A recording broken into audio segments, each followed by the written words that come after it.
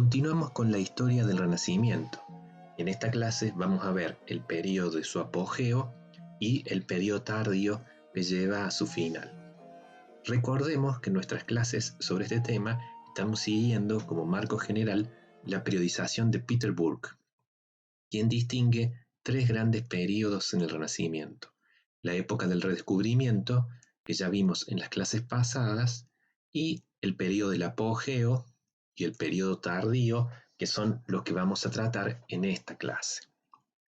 Comenzando entonces por el primero de estos periodos, tomamos como punto de partida esta hermosa imagen de una de las obras emblemáticas del Renacimiento, como es la Última Cena de Leonardo da Vinci.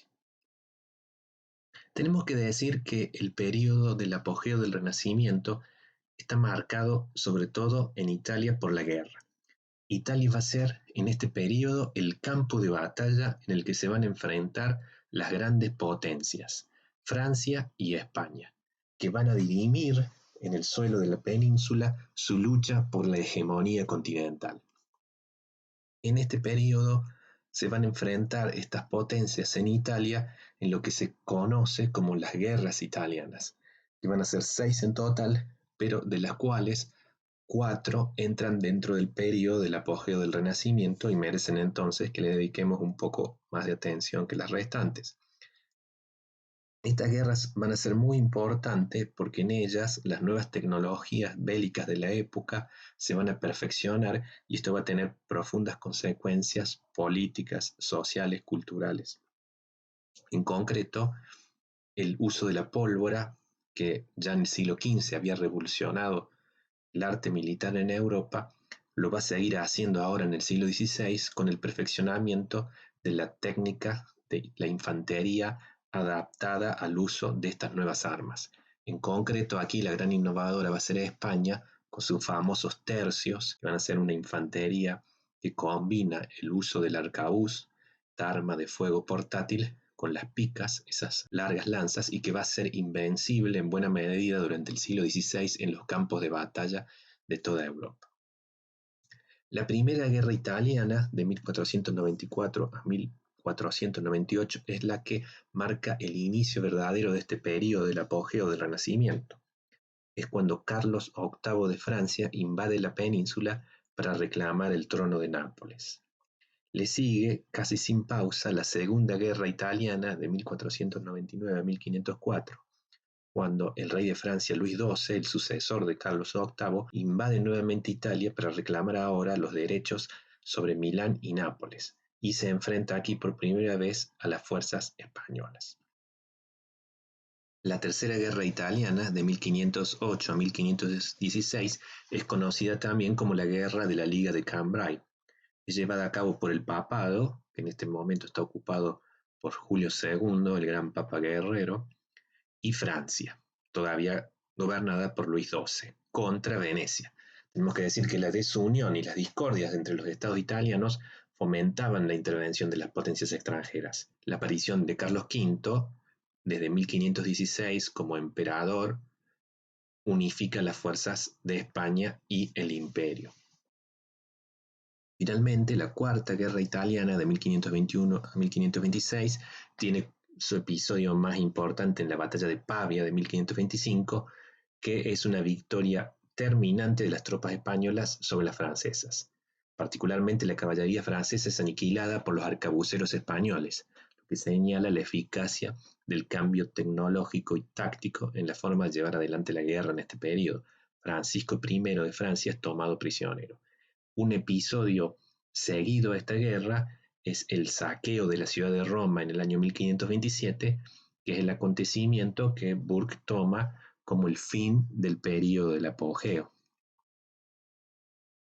Las consecuencias de la guerra italiana son múltiples, pero tenemos que decir sobre todo en lo que aquí nos interesa, que tienen un impacto muy profundo en la disrupción del sistema de estados italianos, que ya no va a poder funcionar como había funcionado en el periodo anterior. Si la segunda mitad del siglo XV había sido en Italia un periodo relativamente pacífico, ahora vamos a tener una sucesión de conflictos que van a tener un impacto desgastante sobre todo también en el plano de lo económico, en el que a partir de este momento empezamos a ver una pérdida relativa de dinamismo económico de los estados italianos respecto a los del norte de Europa. Este es un cambio que no podemos adjudicar solo a la guerra y que vamos a estudiar en otra clase específicamente, por lo cual ahora no voy a entrar en detalles al respecto.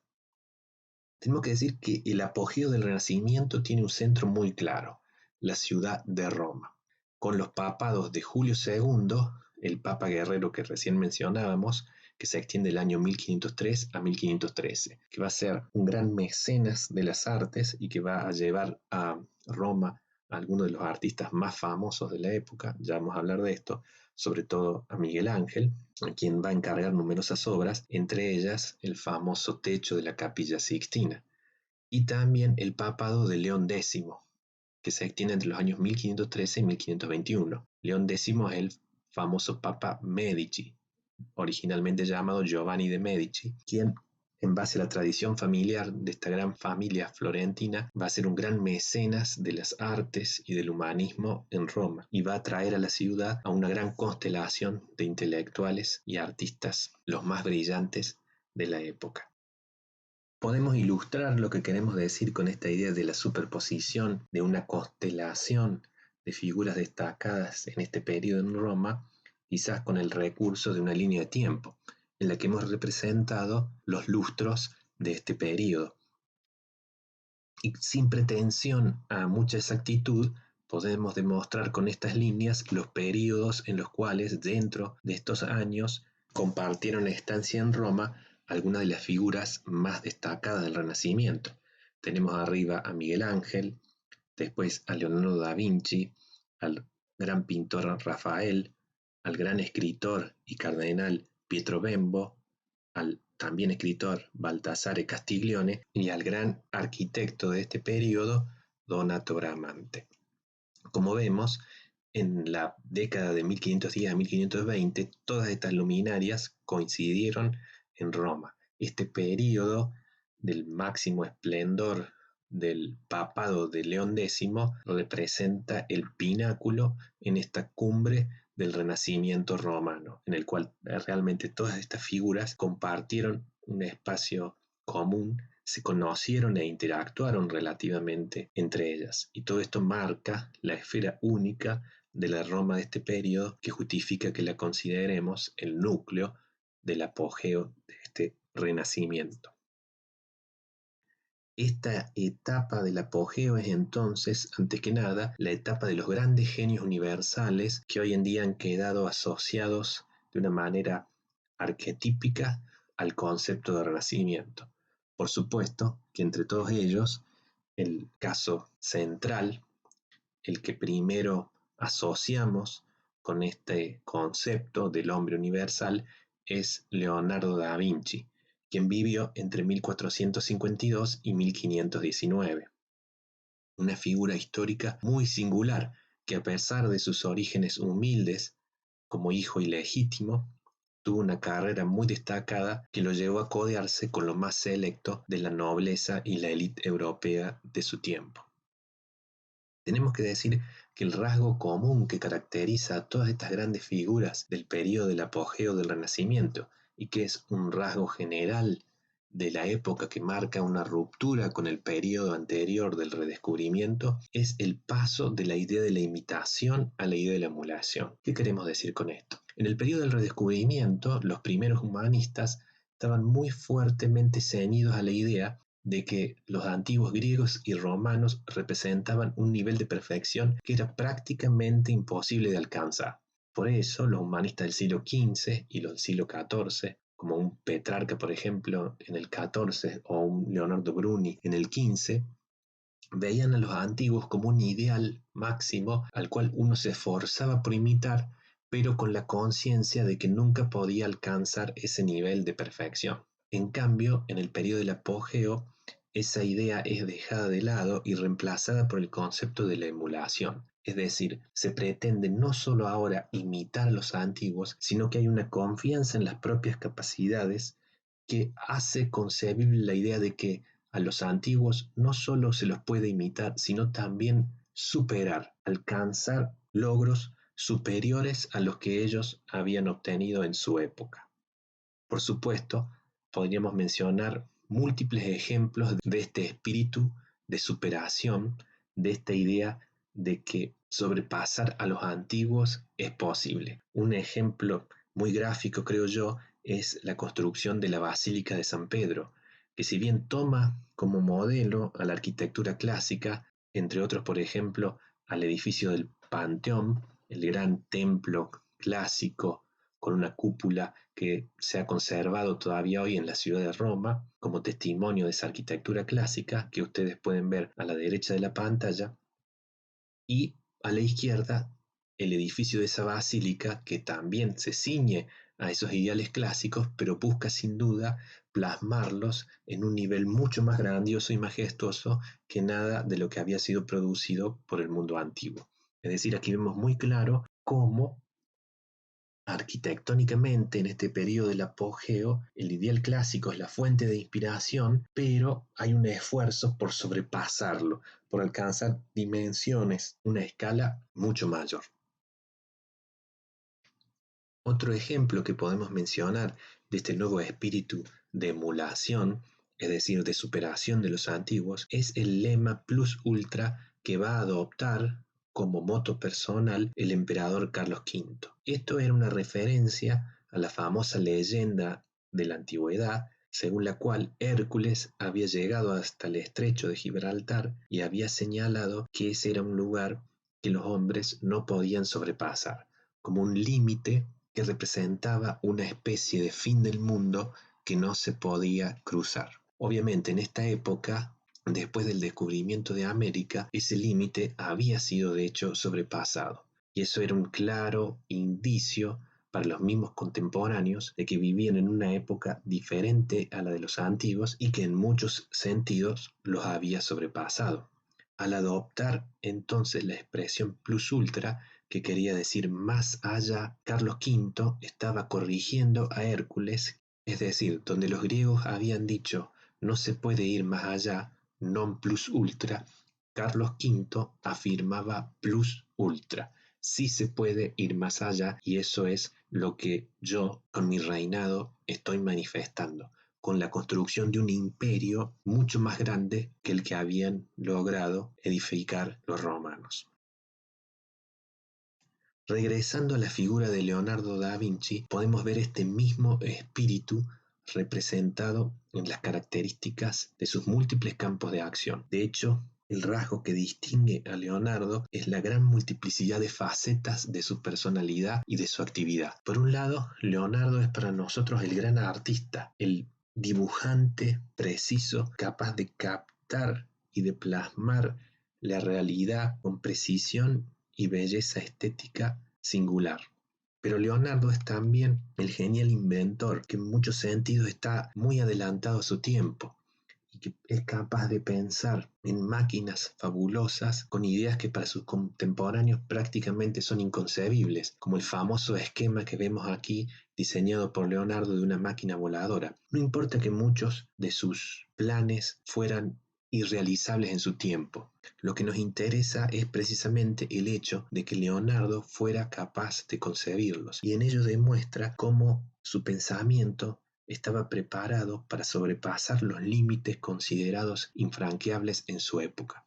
Y Leonardo en ese sentido es también el gran investigador, el gran estudioso del mundo, de la naturaleza, que en muchos de sus inventos busca precisamente en esa naturaleza una inspiración. Y aquí vemos un rasgo de Leonardo que también lo separa del periodo del redescubrimiento. Para Leonardo, la gran maestra es la naturaleza y no tanto los autores antiguos. Esto puede que sea un resultado de la misma educación de Leonardo, pero es también un testimonio del nuevo espíritu que se impone en esta época del redescubrimiento. Otro tanto podemos decir de la figura de Miguel Ángel, el gran competidor contemporáneo de Leonardo, el otro gran artista celebrado en su época como uno de los más grandes, al que también se lo consideraba capaz de sobrepasar los modelos antiguos. Miguel Ángel plasmó esto de manera magistral con su magnífica obra, la pintura del techo de la Capilla Sixtina, una obra que por su escala monumental supera lo que pareciera posible para un solo individuo. Miguel Ángel y Leonardo son dos figuras tan gigantescas que parecería difícil encontrar paralelos, es decir, otros artistas que pudieran competir con ellos. Y sin embargo, si hay algo que caracteriza este apogeo del Renacimiento, es que encontramos a muchos otros artistas que alcanzaron un nivel excepcional comparable al de ellos. Un caso claro es el de Rafael, a quien solo una muerte temprana privó de la capacidad de producir un nivel de obras comparables a los de Miguel Ángel y Leonardo, y sin embargo se destacó en su corta vida con trabajos excepcionales capaces de competir con ellos. Su obra más famosa es sin duda La Escuela de Atenas, una pintura que sintetiza como ninguna otra este nuevo espíritu de emulación de la antigüedad. Rafael nos presenta aquí todos reunidos en una escuela imaginaria con una arquitectura fantástica a los sabios artistas e intelectuales más famosos del mundo griego, y para representarlos ha utilizado los rostros de los más destacados de sus contemporáneos. Así se ha incluido a él mismo en la escena, y para representar los rostros de Platón y Aristóteles, los dos filósofos más destacados del mundo antiguo, ha utilizado los rostros de Leonardo da Vinci y Miguel Ángel, los dos artistas que con sus logros se encuentran en condiciones de rivalizar con las más grandes luminarias de la antigüedad. Uno de los autores que mejor ilustra en este período este nuevo espíritu de emulación con la antigüedad es Ludovico Ariosto. Ariosto redacta un poema épico que va a ser enormemente influyente en su época y desde entonces, que es el Orlando Furioso. Ariosto se distancia deliberadamente de los modelos clásicos y elige como protagonista a un caballero medieval de la época de Carlomagno.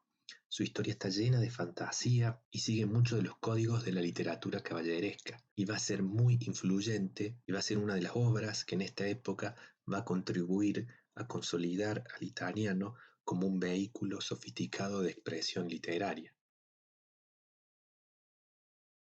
El principio del siglo XVI es también un periodo muy importante en la historia del Renacimiento fuera de Italia. Por primera vez encontramos ahora un apogeo fuera de la península. Y esto es así porque por primera vez encontramos humanistas y artistas fuera de Italia que pueden competir con los de la península. El humanista más famoso de estas décadas, de hecho, no es italiano. Me refiero, por supuesto, a Erasmo de Róterdam, el gran humanista en cuyo honor el pintor Hans Holbein diseñó el grabado que ustedes pueden ver a la derecha de la pantalla, basado en el lema personal de Erasmo: Concedo nulli, no cedo ante nadie, un claro testimonio de la gran confianza que Erasmo tenía en su propia importancia y en la grandeza de los logros que había alcanzado en el terreno del humanismo. Erasmo nace en 1471 como hijo ilegítimo de un sacerdote y una sirvienta. Por supuesto, un origen que representaba una mancha que hubiera sido en otras épocas muy difíciles de lavar. Sin embargo, Erasmo va a entrar como monje a un monasterio y eso le va a permitir acceder a la educación, y sobre la base de su talento personal va a lograr lavar y ocultar esta mancha de origen, y va a tener una carrera muy destacada que lo va a transformar en uno de los autores más famosos de su tiempo. Erasmo es uno de los primeros autores en sacar el máximo provecho de las nuevas posibilidades generadas por la difusión de la imprenta. Sus obras se imprimen por toda Europa y le proporcionan un nivel de fama y de reconocimiento por todo el continente que es muy superior al que habían tenido autores anteriores. Ello le va a permitir llevar adelante un nuevo tipo de carrera, más independiente de lo que era hasta entonces habitual para un hombre de letras. En efecto, Erasmo no va a depender de un único patrón como era hasta entonces lo usual, sino que su nivel de fama y de prestigio le va a permitir cortejar los favores de diversos mecenas.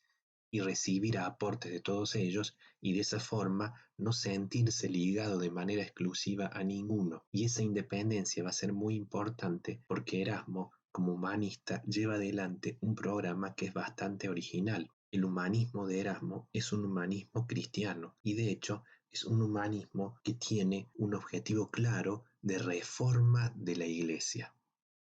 Pero de ello vamos a hablar con más detenimiento en las clases de la próxima unidad en la que vamos a discutir específicamente la historia de la Reforma Protestante. En el periodo del apogeo no solo encontramos fuera de Italia escritores que pueden rivalizar con los humanistas más destacados de la península, sino que también ahora encontramos artistas. Y el ejemplo emblemático, el ejemplo más destacado que podemos mencionar para este periodo es sin duda el de Alberto Durero, Albrecht Dürer, el gran pintor alemán de la ciudad de Nuremberg. Ustedes pueden ver ahí en pantalla el famoso autorretrato en el cual Durero se pinta a sí mismo en un estilo que solamente puede hacer recordar al observador contemporáneo el retrato de Jesús. Se trata de una declaración indudable de autoconfianza que hubiera sido difícil de concebir en un artista de períodos anteriores. Tenemos que destacar que Durero no es solo un gran artista, sino también un notable inventor y hasta podríamos decir un verdadero empresario. Las élites de toda Europa están dispuestas a pagar grandes sumas por sus obras y sobre todo a pagar fortunas por dejarse retratar por él. Pero Durero no se conforma solo con acceder a este público tradicional de los grandes artistas, sino que aprovecha los nuevos inventos para llegar a un público más amplio.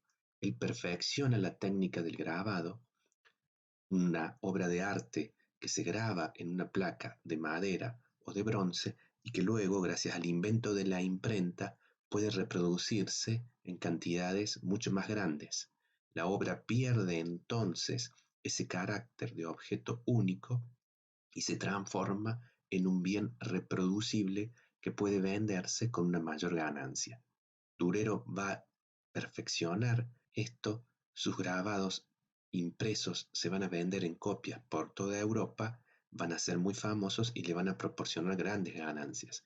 Un ejemplo particularmente notable es el famoso grabado de Durero que representa un rinoceronte que el rey de Portugal le regaló al Papa León X.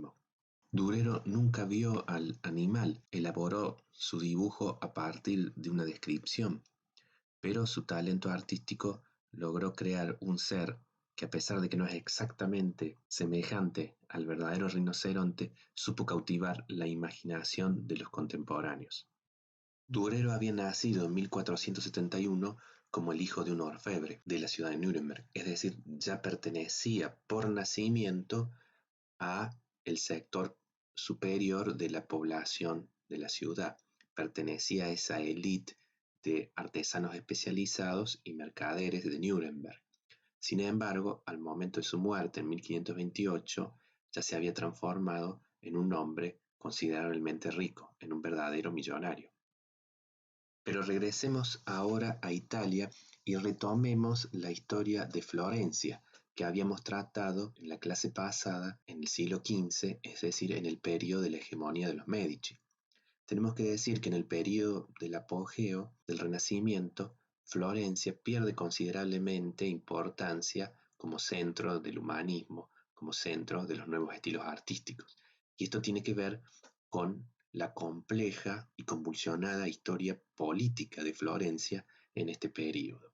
Lorenzo el Magnífico había fallecido en 1492 y los últimos años del régimen de los Medici habían estado signados por un creciente malestar, por una creciente resistencia de la población y la élite de Florencia frente al poder de los Medici. Tras la muerte de Lorenzo, su lugar fue ocupado por su hijo Piero el Desafortunado. Como su nombre mismo ya lo indica, no se revelaría a la altura de su padre. Cuando en 1494 los franceses invadieron Italia en la primera de las guerras que mencionamos al principio de esta clase, Piero hizo un manejo diplomático desastroso de la situación, y eso fue la gota que colmó el vaso, que acabó con la paciencia de la población de Florencia y dio origen a una insurrección popular que expulsó a los Medici de la ciudad y restableció la República. La figura política dominante en los primeros años de la nueva república sería curiosamente un extranjero de Ferrara, el fraile Girolamo Savonarola. Savonarola había ya tenido un papel muy destacado en los últimos años del régimen de Lorenzo de Medici como un orador religioso carismático que atraía, convocaba a grandes multitudes en la ciudad de Florencia. Savonarola criticaba el lujo y la decadencia de los Medici y llamaba a la población de Florencia a arrepentirse, profetizando futuras desgracias. Cuando los franceses invadieron Italia y Florencia se vio afectada, las profecías de Savonarola parecieron cumplirse y esto le dio todavía una mucho mayor influencia. Él jugó ciertamente un papel decisivo en el proceso de expulsión de los Medici. En la nueva república, fundada después de ese hecho, Savonarola, con sus seguidores, ejerció una gran influencia y trató de imponer prácticamente un régimen de estilo teocrático en el cual él, como líder religioso, conducía las acciones del Estado.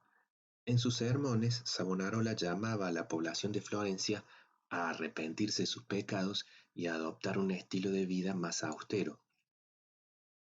En el año 1498, cuando se encontraba en la cumbre de su poder, Savonarola organizó en la plaza central de Florencia un gran acto de penitencia pública, un acto de purificación, en el cual los habitantes de la ciudad debían quemar en una gran hoguera, la hoguera de las vanidades, todos aquellos objetos que representaban ese estilo de vida corrupto que debían abandonar, es decir, obras de arte, manuscritos, etc. El gran apoyo popular con el que contaba Savonarola sobre la base de su gran elocuencia, de su capacidad oratoria, le permitió manejar los destinos de Florencia por varios años. Las élites de la ciudad, en un primer momento, lo vieron seguramente como un instrumento útil a la hora de librarse del poder de los Medici, pero con el paso del tiempo se cansaron de los excesos, del rigorismo, del régimen teocrático que él buscaba imponer. El gran error de Savonarola fue entrar en un conflicto con el Papa Alejandro VI. El Papa excomulgó a Savonarola y así lo dejó debilitado, ofreciendo una oportunidad para que sus rivales internos en Florencia intentaran desplazarlo del poder. En sus sermones, Savonarola afirmaba tener la capacidad de obrar milagros, pero cuando un predicador franciscano rival lo desafió a demostrarlo caminando sobre el fuego, Savonarola dudó y no se sometió a la prueba. Su confesor se ofreció para participar de esta prueba de fuego en su lugar como sustituto, pero finalmente la misma tampoco se llevó a cabo. Esto sin duda debilitó fuertemente la imagen, el prestigio de Savonarola frente al pueblo de Florencia y dio la oportunidad a sus enemigos para arrestarlo y deponerlo. Bajo tortura, Savonarola confesaría que sus profecías habían sido falsas y sería entonces finalmente condenado como hereje y moriría él mismo en la hoguera. Tras la muerte de Savonarola, las élites de Florencia retomarían el control de la república. Sin embargo, la misma duraría pocos años, porque en 1513, una vez que el hermano de Piero el Desafortunado, Giovanni de Medici, alcanzara el papado, utilizaría el poder que le brindó esta nueva posición para volver a restablecer el dominio de su familia sobre la ciudad de Florencia. A pesar de su compleja historia en estas décadas, Florencia no dejó de generar destacados intelectuales y humanistas. El más notable de todos ellos fue sin duda Nicolás Maquiavelo, quien vivió entre los años 1469 y 1527.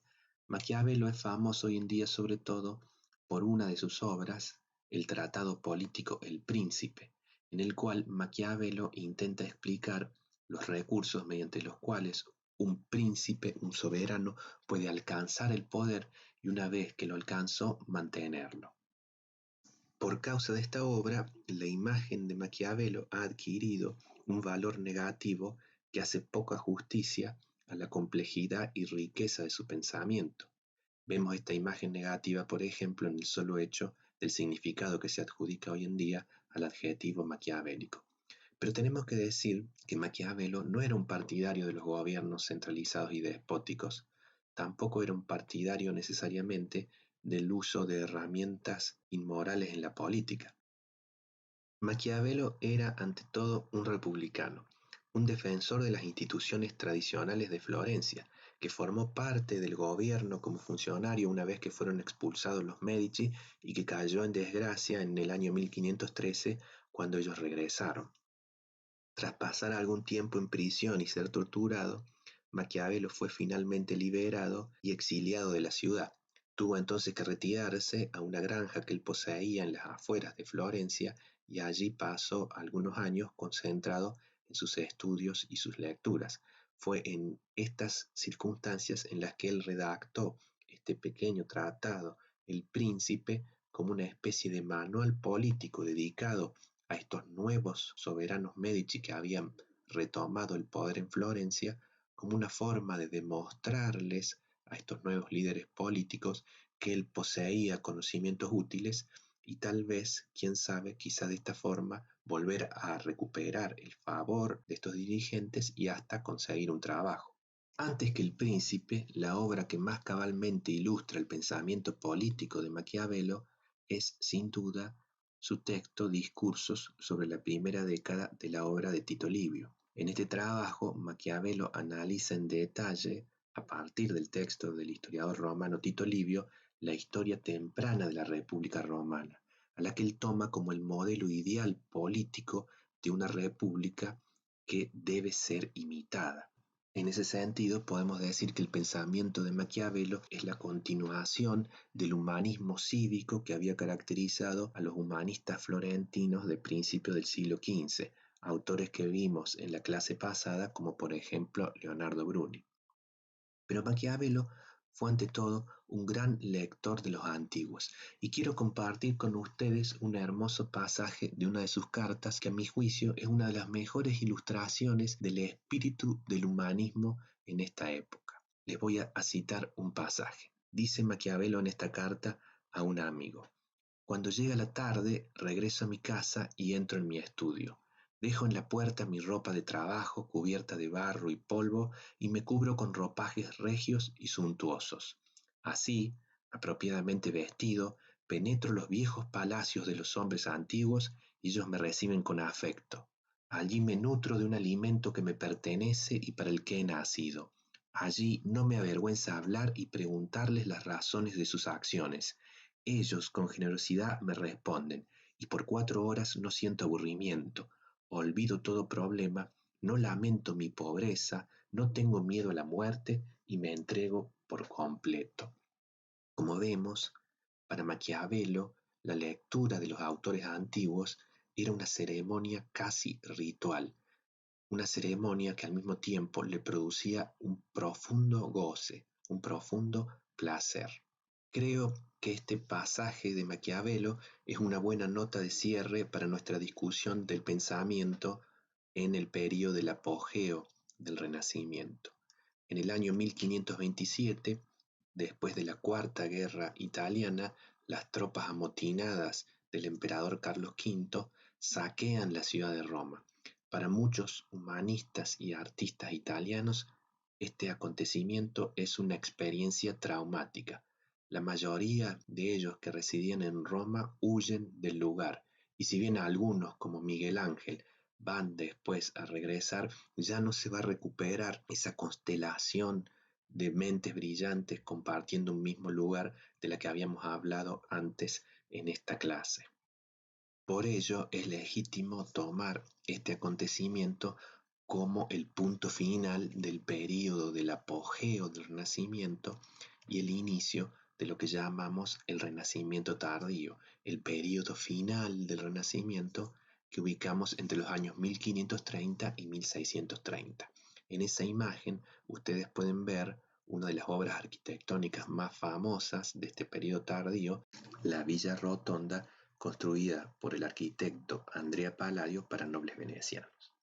Podemos discutir más brevemente este periodo del Renacimiento tardío que los anteriores, porque abarca básicamente al siglo XVI, que vamos a discutir con más detalle en clases siguientes en las que vamos a tratar sobre la reforma y sobre los desarrollos económicos de este periodo. Por eso me voy a limitar aquí en esta clase a ofrecer solo un breve esquema de las tendencias más importantes que se relacionan con el Renacimiento.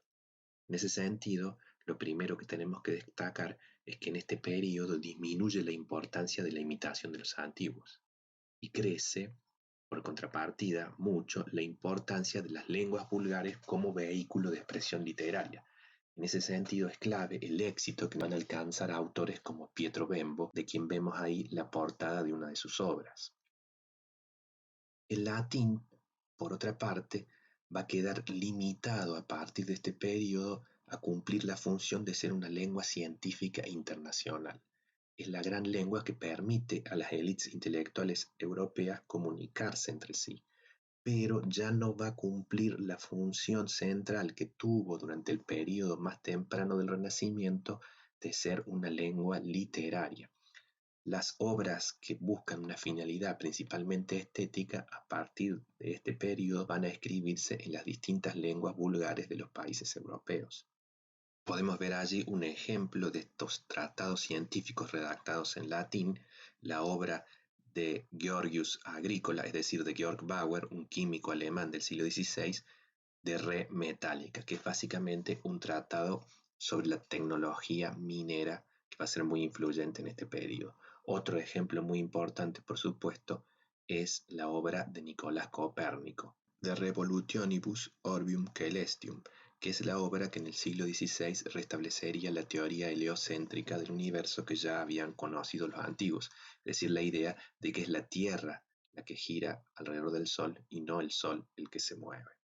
El siglo XVI es también el periodo de la cotidianización del Renacimiento. Con este concepto de Peter Burke nos referimos a la incorporación del Renacimiento en el ámbito doméstico, su difusión social e impacto sobre la mentalidad general. Es decir, lo que sucede en este siglo XVI es que las ideas del Renacimiento, las ideas del humanismo, trascienden el ámbito de las élites intelectuales y llegan a un público mucho más amplio, que adopta estos valores en su vida cotidiana y los refleja en pequeños objetos, como en el tintero, que incluye la imagen de una diosa griega.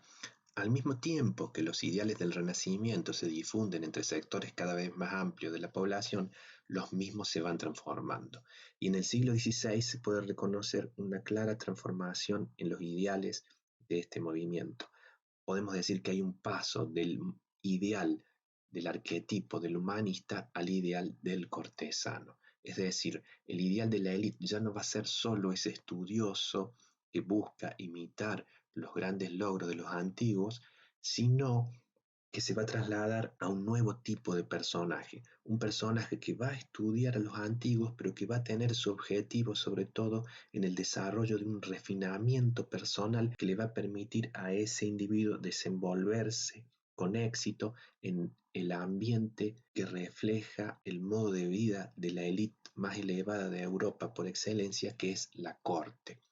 La persona que se desenvuelve en este ambiente es conocida como el cortesano y se lo toma como un modelo del máximo refinamiento aristocrático. Es justamente el humanista Baldassare Castiglioni, que ya hemos mencionado antes en esta clase, el que escribe el primer manual que enseña cómo alcanzar el nivel de refinamiento suficiente como para desenvolverse con éxito en una corte, es decir, el primer manual sobre cómo convertirse en un cortesano. Para Peter Burke, el Renacimiento termina en el siglo XVII con la Revolución Científica y el surgimiento del Barroco, dos corrientes que generaron un profundo cambio que acabó con la hegemonía de la cultura clásica. Podemos ilustrar esto con un par de citas. La primera, una cita de una carta de Newton que este gran científico inglés escribe a un rival en el siglo XVII. En un pasaje de esa carta, Newton dice: "Si he visto más lejos, fue parándome sobre los hombros de gigantes". Esta frase, que se ha convertido en un clásico, en una cita clásica, hace referencia a esta idea de que el hombre moderno puede ver más lejos que los antiguos, aprovechando el conocimiento que antes ellos produjeron.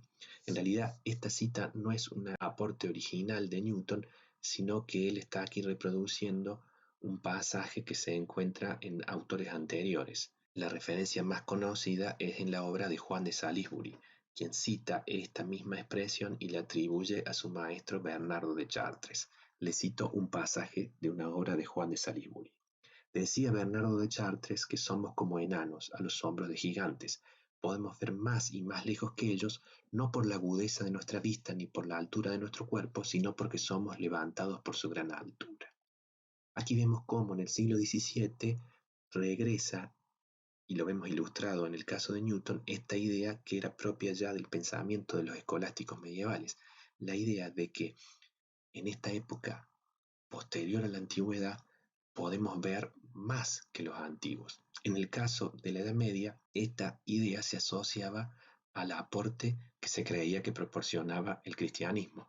En el caso del siglo XVII, esta idea se asocia con el aporte de los desarrollos científicos que han vivido en esta época. En todo caso, es un claro testimonio del final de esa cultura clásica.